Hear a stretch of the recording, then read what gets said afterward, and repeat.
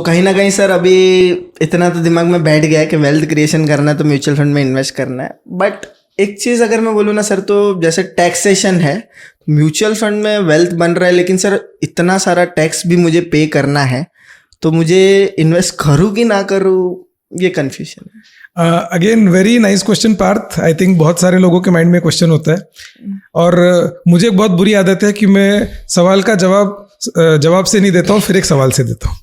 तो मैं एक आपसे सवाल पूछता हूँ कि आपके पास 2 चॉइसेस हैं। हाँ।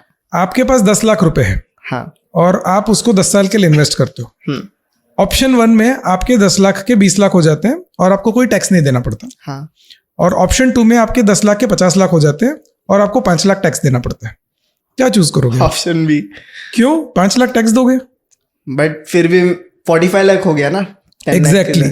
तो we always have to look at the post tax return.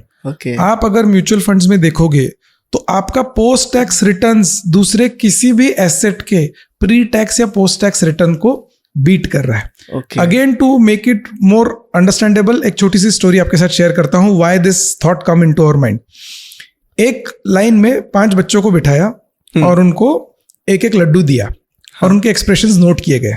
आपको क्या लगता है उनके एक्सप्रेशंस कैसे होंगे? हैप्पी। दूसरी लाइन में 5 बच्चों को बिठाया, उनको 3-3 लड्डू दिए गए और फिर एक एक लड्डू वापस ले लिया गया और उनके एक्सप्रेशंस नोट किए गए। सैड। क्यों सैड हुए? दे दिया फिर वापस ले लिया। उनको लगता है 3 आए थे, इसमें से 1 ले लिया। हाँ। अगर वो देखेंगे कि मेरे सामने के बच्चों को तो 1-1 ही मिला था, मुझे तो 2 मिला हुआ है, तो दे विल बी हैप्पी।